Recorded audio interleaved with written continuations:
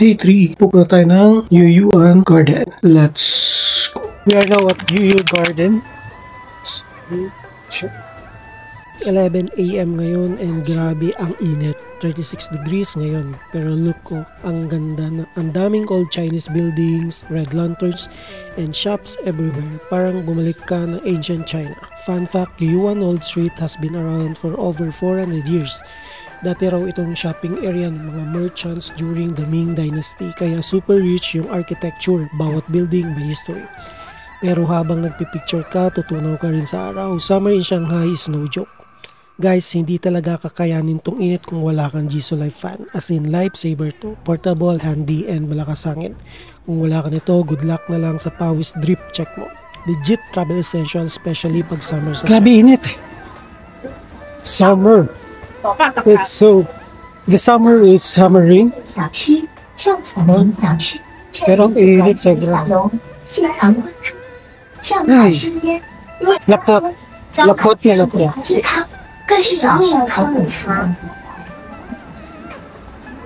Okay, lunchtime, ang daming food options dito. Dumplings, noodles, milk tea, lahat meron.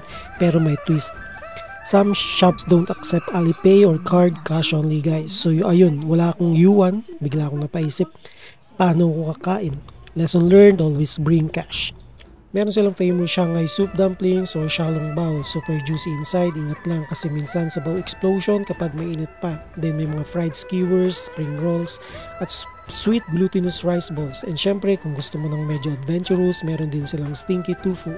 Legit Chinese street food experience. Ang bango ng food stalls pero sobrang dami ng tao, halos shoulder to shoulder ka dito, lalo na pag lunchtime.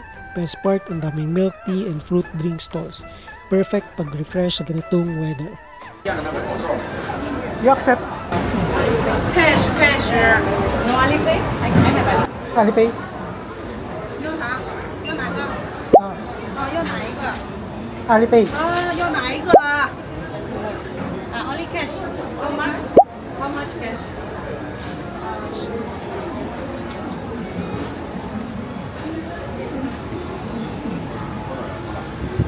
Since wala akong cash, nag-decide na lang ako maglakad-lakad dito sa Yuyuan Garden.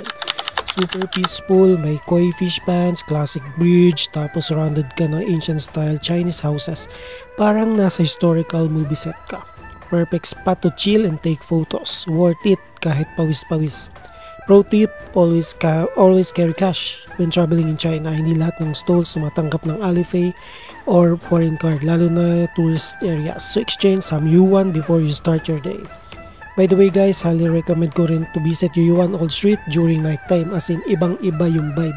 Ang daming lights, mas cool yung weather, and super aesthetic for night shots. May separate vlog ako for that, so make sure to check it out after this one.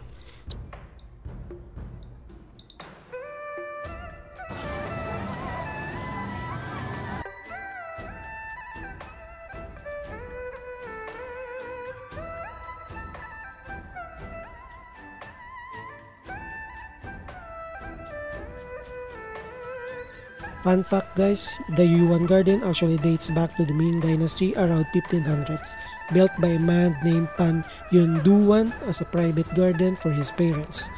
Parang gift of relaxation daw after years of hard work.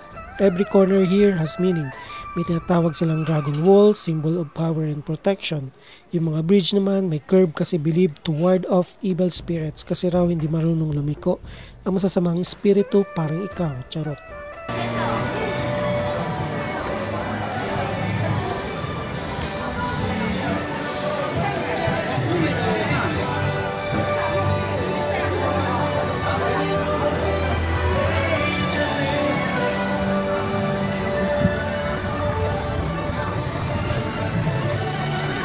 So ayun guys, that's my Yuyuan Old Street experience. Sobrang init pero super worth it. Ang ganda ng vibes, ang rich ng culture, at ang daming pang photo spot. Next time, sure ako na may cash na ako para matry ko lahat ng food. If you enjoyed this vlog, don't forget to like, share, and follow for more Shanghai adventures. Next up, another iconic spot. Abangan nyo na yan next vlog. See you guys!